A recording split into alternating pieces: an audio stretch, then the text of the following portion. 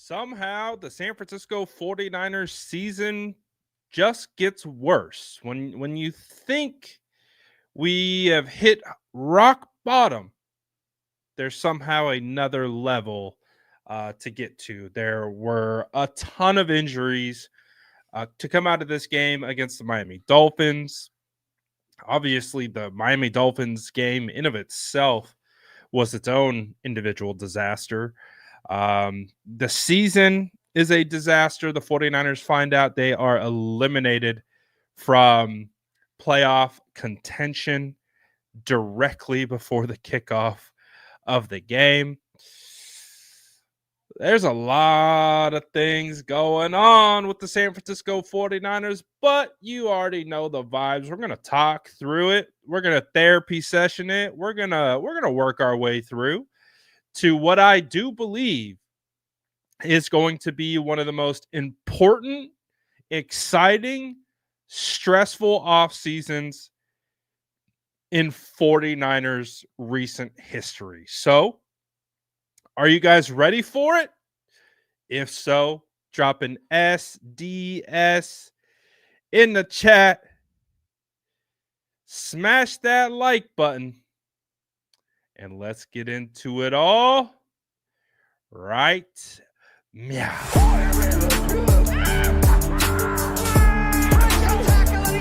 Smash that like button if you haven't already. Love to see it.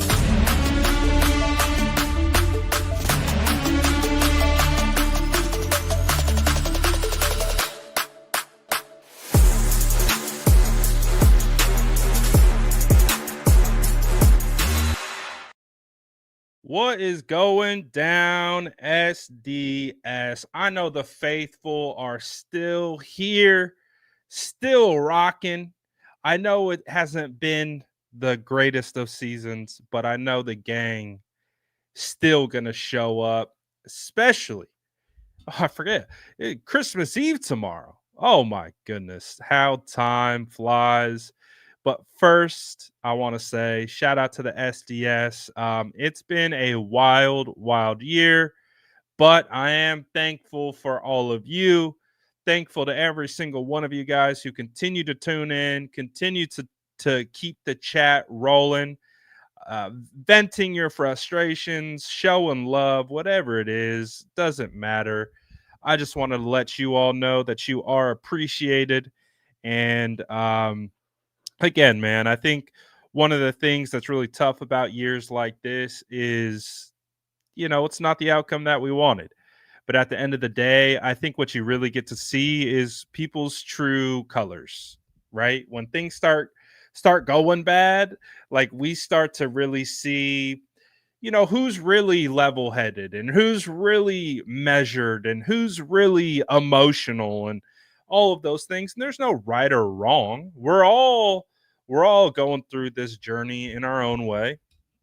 And but it is pretty revealing to see how everyone handles the adversity that we've been under. I perfectly honest, I'm kind of numb to it. I think when the 49ers you lost that Thursday night football game, it was like, all right, well, it is what it is. It's over with. And we're just kind of playing. But unfortunately, the 49ers are still dealing with a ton of injuries. It is actually kind of insane. The amount of injuries that continue to pile up for this team. I'm just going to run through them quickly. I don't want to spend a whole lot of time on it.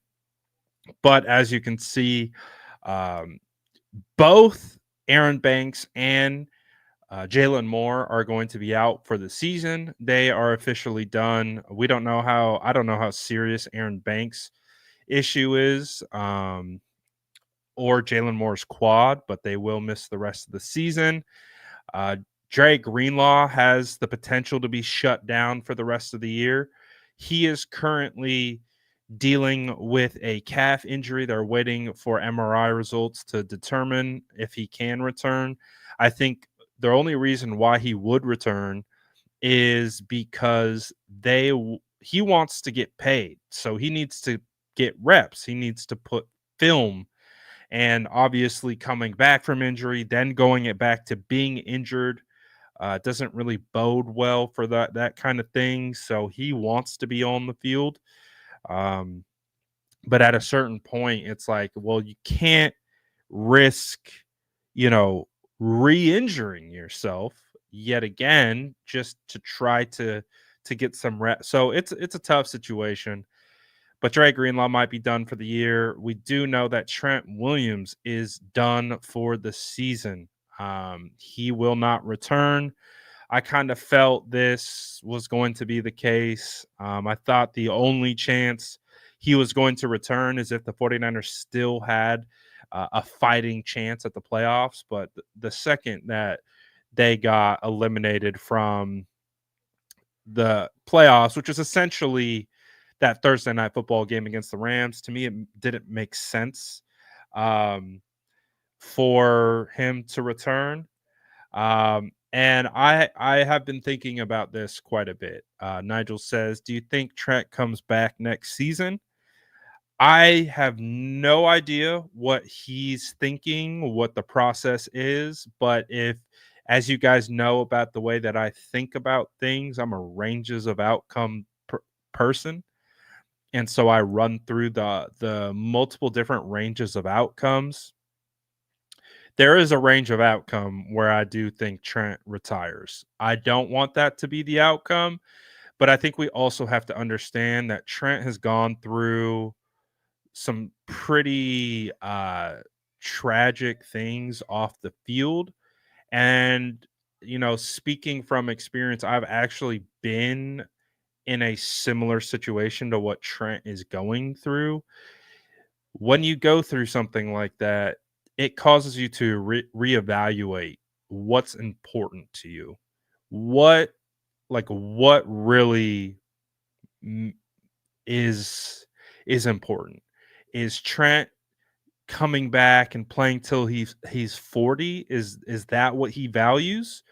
Or does Trent value being with his family?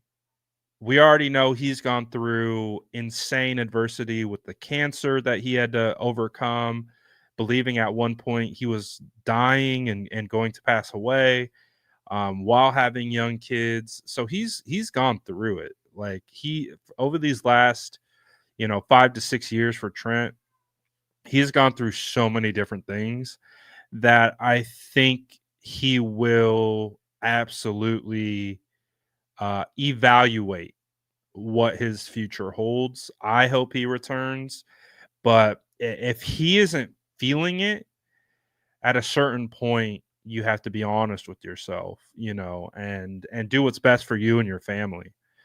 Unfortunately, at the end of the day, I know that might not be the most popular thing for fans. Of course, we want Trent out there. I want Trent out there. Trent is one of my all-time favorite players ever. Um, I want Trent to be a part of this team. He is, to me, a foundational piece. He's a glue guy. He's a fabric of the team type of guy. He is huge um, to this organization, but at the end of the day, he's got to do what's best for him and best for his family. So I see a range of outcome where that could be a situation. I don't know if it is. I could see it though. So if it is though, I don't think we will know until after the draft. If you guys remember the last time the 49ers went through a situation with one of their key players retiring, it was Joe Staley. And we didn't find out until Joe Staley retiring until they traded for Trent Williams, because they needed to be able to make the moves. And if people knew the 49ers were desperate for a replacement, the demand would have went up, the price would have went up. So Staley not announcing his retirement until they traded for Trent actually, I think, helped them get a better deal on Trent. So we'll see what happens. But I'm feeling for my guy though, for real. Isaac Arendo is slated to return to practice this week. So Isaac for me is a guy. If he's good, play him. Get all the reps that you can for Garendo, especially if he's going to be elevated into an RB2 role. We don't know what the 49ers plans are with Jordan Mason, who's a restricted free agent. But if you can get Isaac Garendo reps, go for it. Spencer Burford came out of this game with a calf injury, apparently waiting MRI results. So his future is potentially in doubt for this season, I should say. So we don't know if he's going to return or not. So that's something we got to watch for. Jair Brown is day-to-day with an ankle, and D. Winters is day-to-day with chest injuries. So the injuries just keep piling up. It's crazy, man. It is crazy to see just how this season has gone. It's been such a weird year. It's been such an odd. It's just been such a weird year. And I was thinking about it. The 49ers, the last 3 Super Bowls that they've been to and lost, the years after that have been atrocious, right?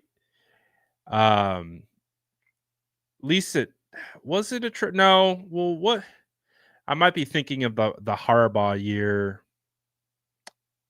incorrectly because they went to the Super Bowl not 2011, the 2012 year, 2013. They ended up going back to the NFC Championship. That was the year that Seattle knocked them out. 2014 was the weird year. So I guess indirectly, not for that year. It was the year after that was the weird year. But after 2019, you had the 2020 season. And then, of course, after this year, after the Super Bowl this year, you had the season that follows. Not great. Not fun. Brian says, please bench Brendel. Dude, I don't think they have enough offensive linemen. I don't think they could bench Brendel even if they wanted to. They are out of offensive linemen. They have Colton McKivitz, Dominic Pooney, Jake Brendel, Nick Sakel, and Austin Pleasance. And that's a guy that they just signed. They have 5 offensive linemen on the current roster. 5. That's it. They couldn't even bench Brendel if they wanted to, unless they want to put me in. Come on, I'll dust off the old pads. Let's go. Put me in, coach. Center, Brock needs a new center. Let's go. Oh, that's a good point. They could bring Nugent off of the practice squad. Yeah. It's a good point. Actually not a bad idea. It's actually not a bad idea. I lied. There might be a path forward for that, but they will probably just let it ride. Bro, I thought Brunskill was going to be the starting center. They said, nah, it's Jake Brendel. And to Jake Brendel's credit, he was able to, turn that performance into another contract. I don't know. I thought Brendel was going to potentially get benched this training camp because he did not have a good training camp. That's the foreshadowing thing that I was thinking about it today because I just remember I started to sour on Jake and Banks in training camp. That's when I was red alert for the interior because Pooney as a rookie was playing better than both of them throughout training camp. So I was like, and now granted, Pooney was having a good training camp, but I looked at Brendel and Banks as having a regression training camp. And so I was just kind of red alert in my head.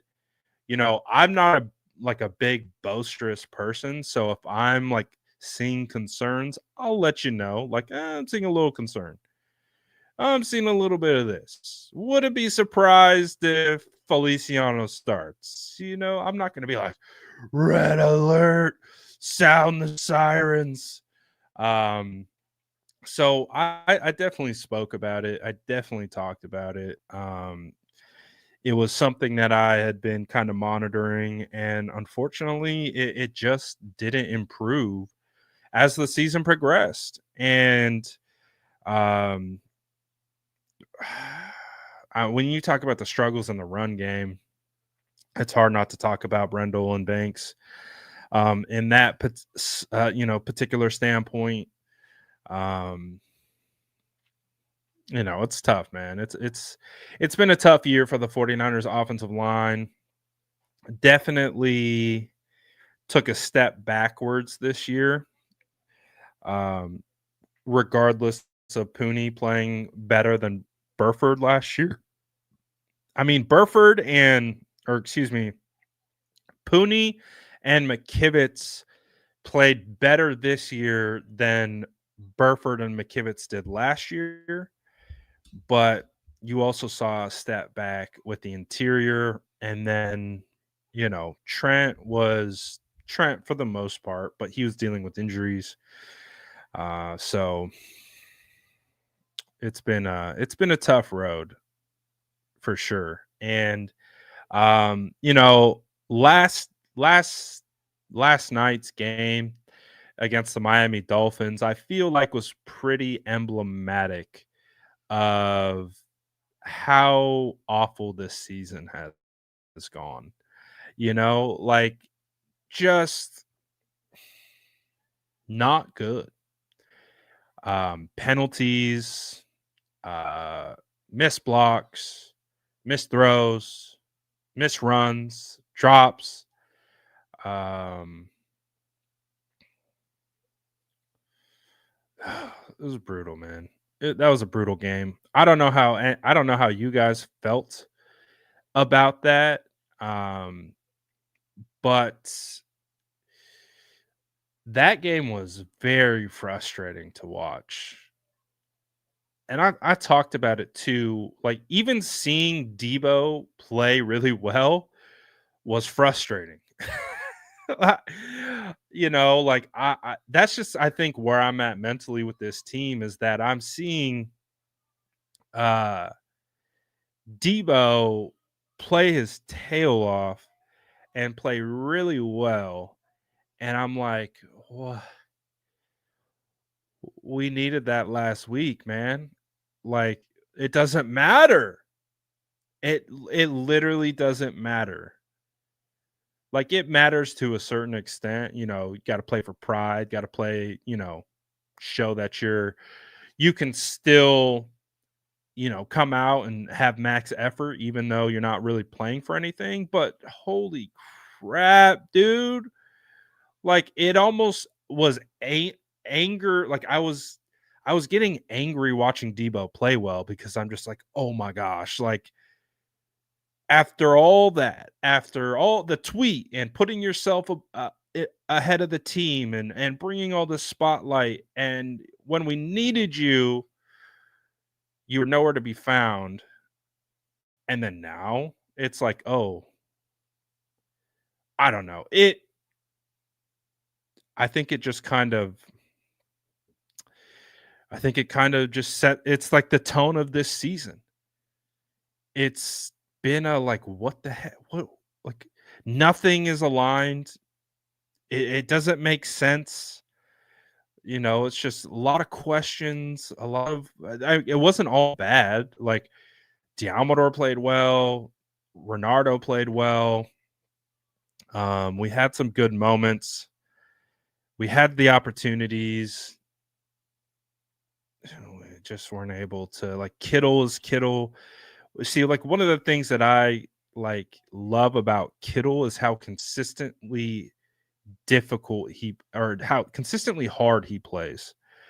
Kittle is always the same guy. Like it's so rare to just see Kittle have a bad game. What we see from Kittle is he doesn't get the ball. Like it just like the ball doesn't find him. But he doesn't have bad games.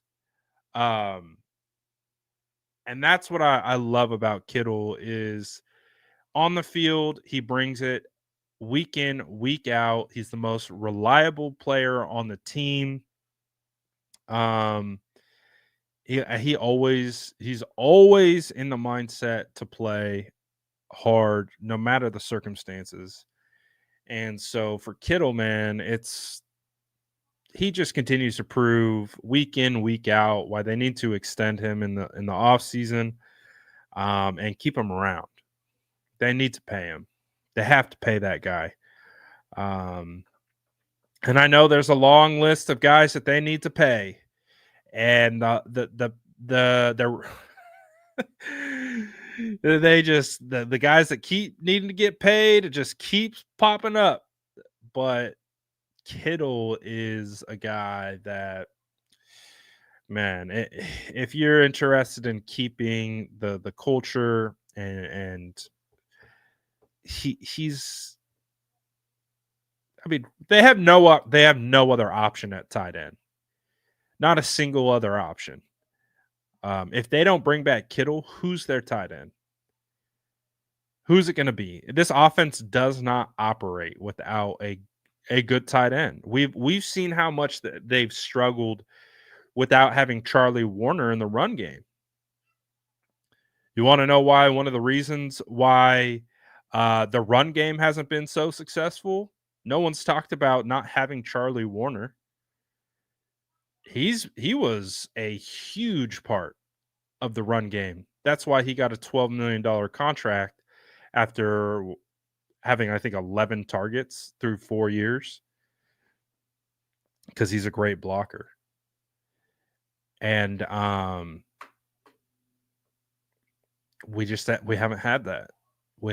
We missed that. All the things that we're able to do with him in two tight end sets from a run perspective, we can't do with Salbert. I think Salbert's decent, but Salbert to me is a tight end 3 in this offense. Um, but anyways, is Robbie coming back? Yeah. Jake Moody, rough year. Let me ask the chat: does Jake Moody return next season? Yes or no? Simple. What do you think? Yes or no? Does Jake Moody kick for the San Francisco 49ers next season? Is it going to happen? What say you? No, I hope not.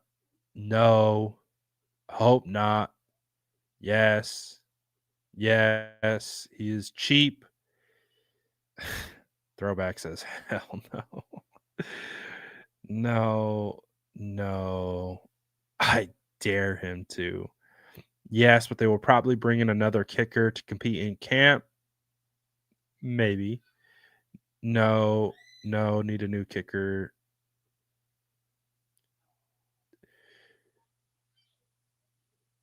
Kyle deleted him from the roster on that tablet.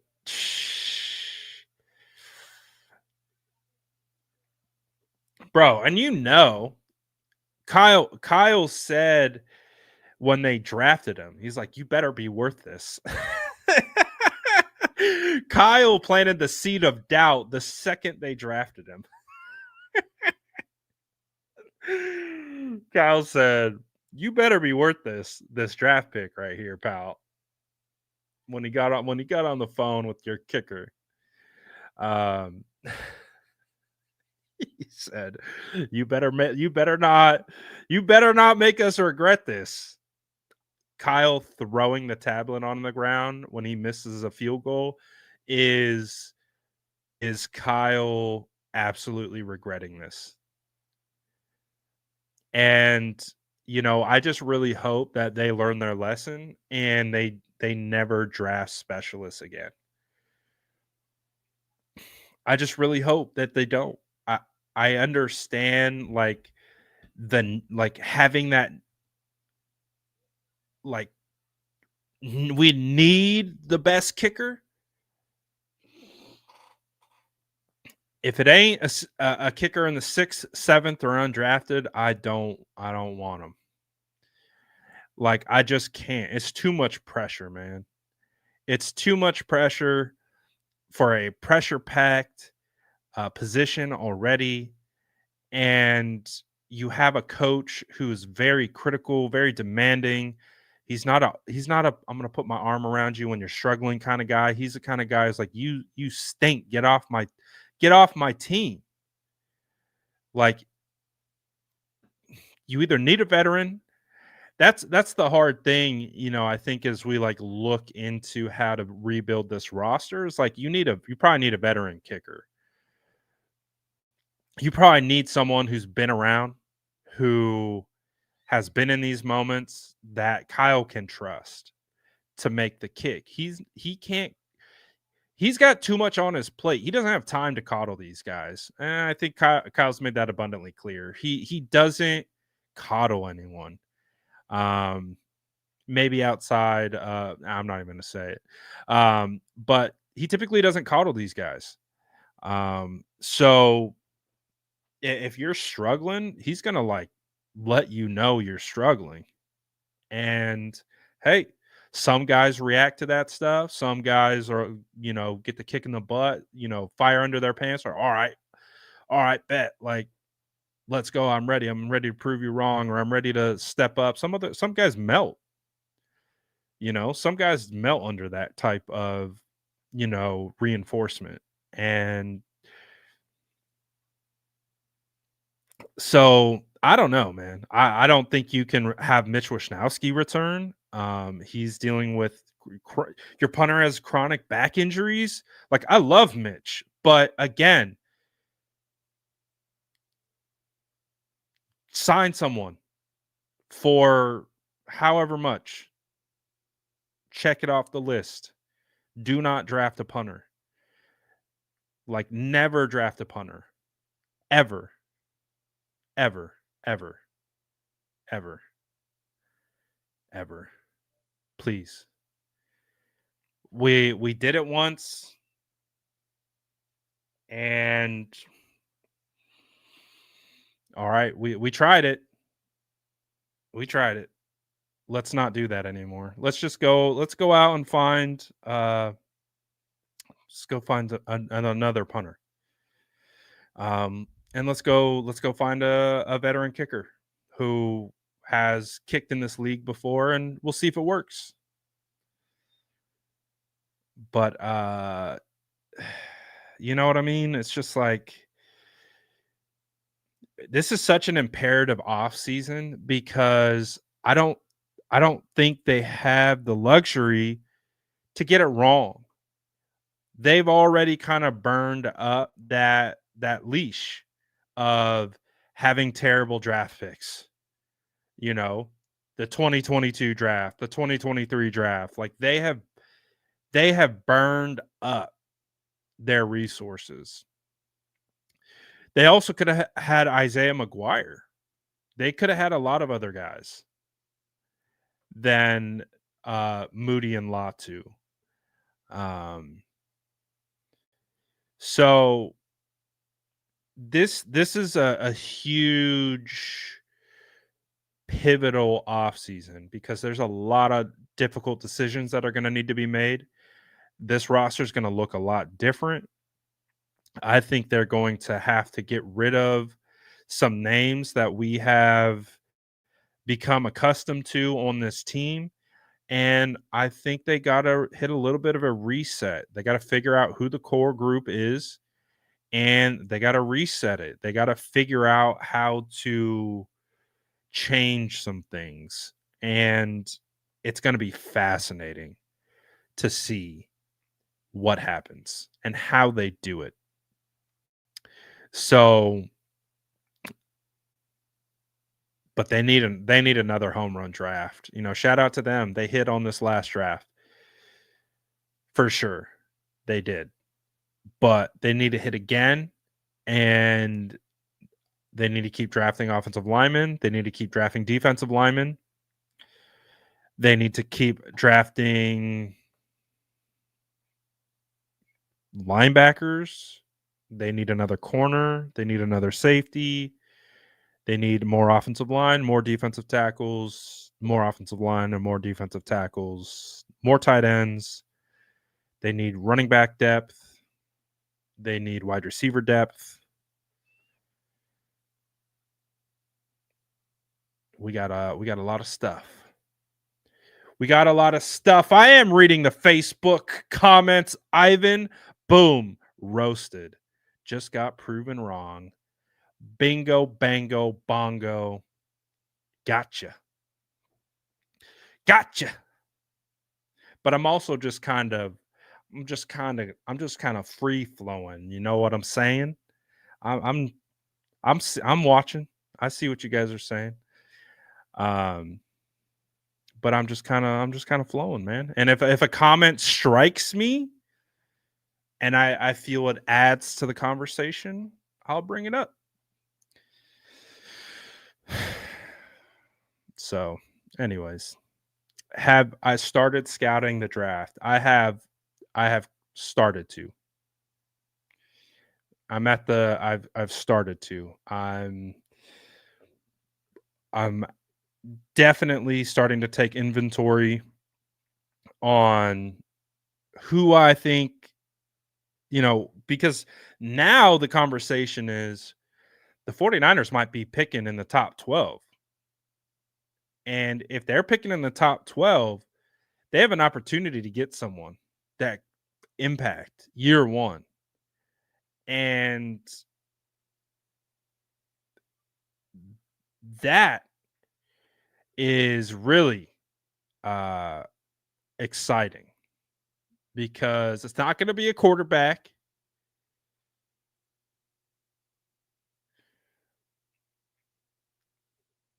Oh, wait. Any way to get your boy Brian Burns? No, but there are some prospects in this draft class that already remind me of Brian Burns. Mike Green. Throwback says, when was the last time the 49ers defense got a takeaway? Takeaway?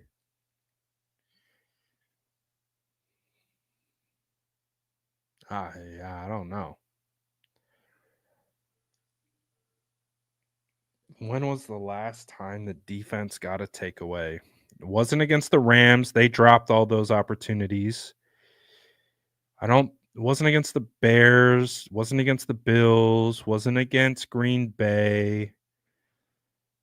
Seattle, maybe? Did they get turnovers in Seattle? I don't know. Did they get turnovers against the Bucks? I don't think against the Bucks there was a turnover. Was Cowboys? Maybe the Cowboys? Fumble recovery against the Bears? It's not, that one's not coming to the front of my mind, but I think that's probably because I've started to block out this season from my memory, because it's been that bad. So Demo INT. Honestly, nothing's really jumping out to me. I think that's how I'm kind of transitioning into off-season mode.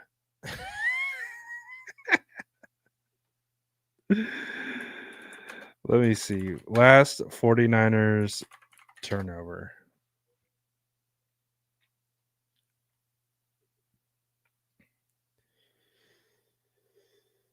Well, I do know that the 49ers have turned the ball over 22 times this season. That's impressive.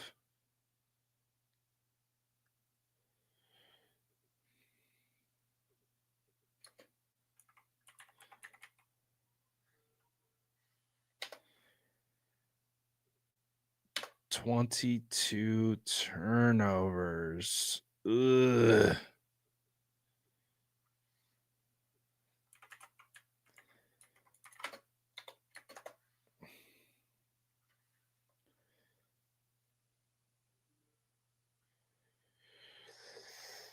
Mm, I don't know. I'm not seeing it.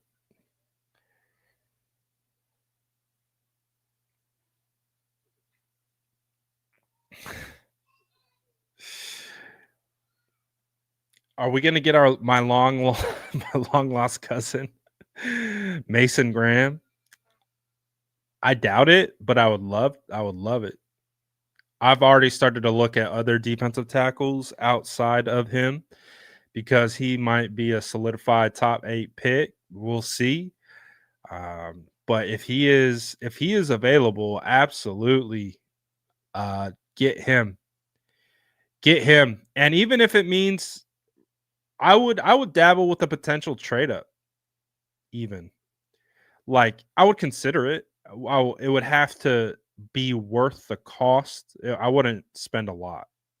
If someone was looking for a deal to just hop back and we bumped up like 3 spots and it was like a compilation of picks or like a player that we were moving off of or something, I would consider that. Because man, I really look at the Rams defensive line and how they've constructed that group. Braden Fisk, Jared Verse, Kobe Turner, Bryant Young, uh, Bryant, Bryant. Wait.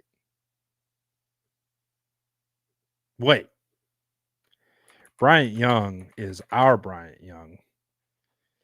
They don't have a Bryant Young. They have a what's his name? Dude's out of Tennessee. We talked about him all the time on this channel. I even interviewed him at the combine.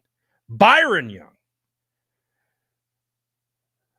Joe Byron.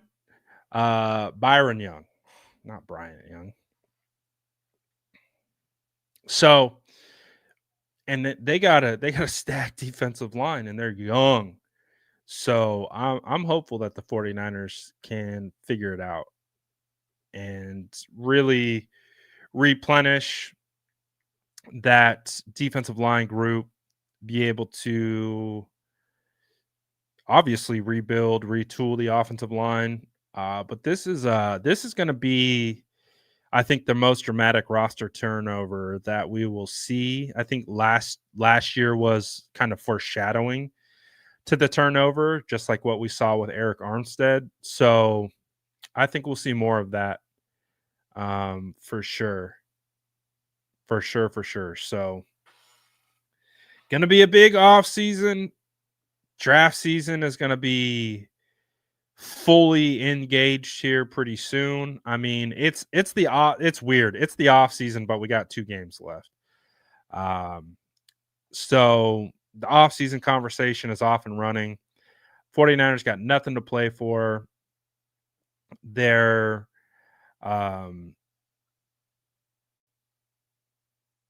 yeah, yeah, yeah. I just want the season to be over so we can just officially dive into the off season, but we're definitely half in, half out.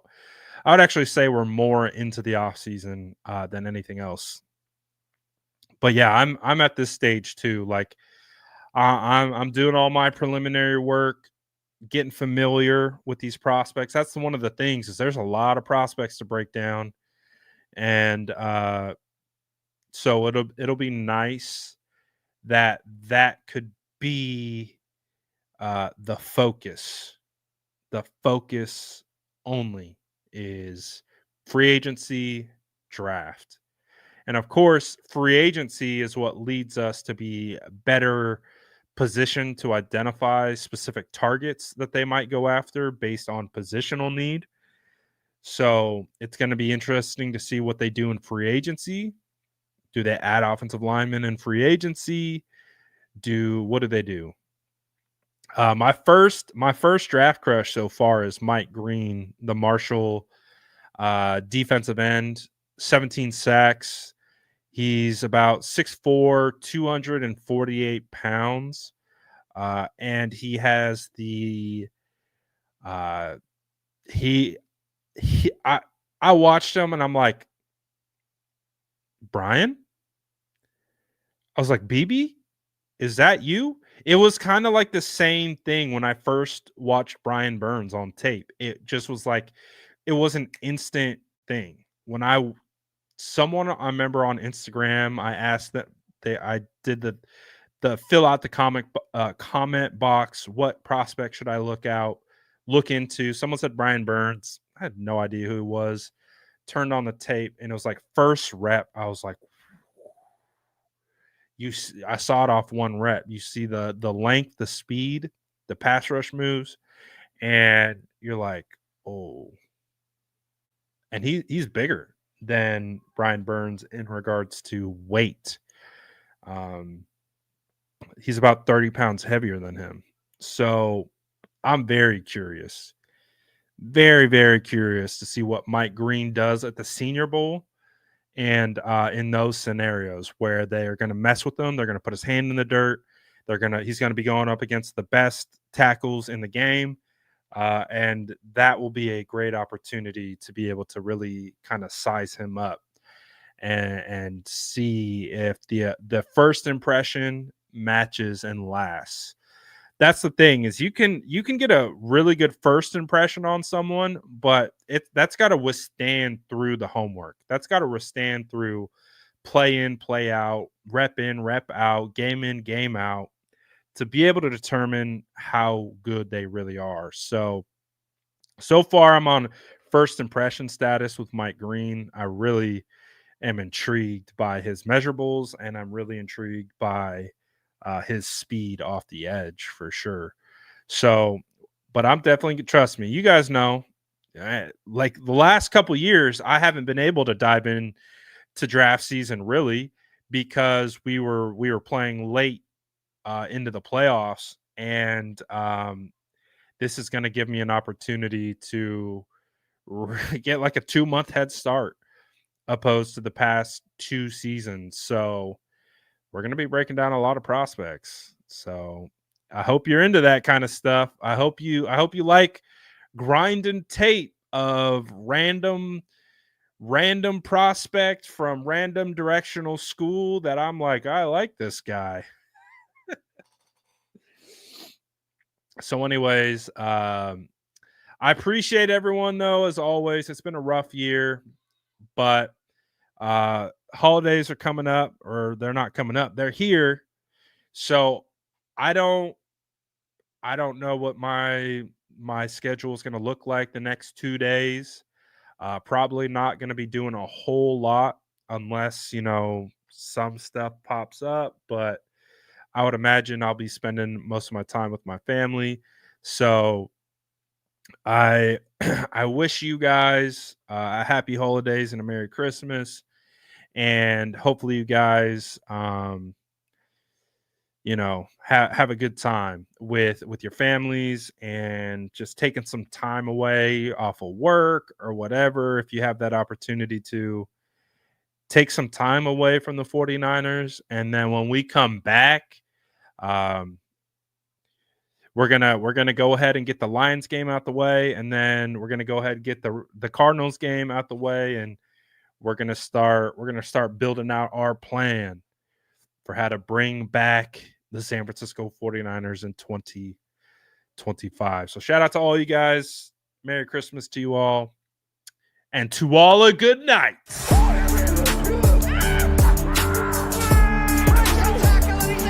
Smash that like button if you haven't already. Love to see you.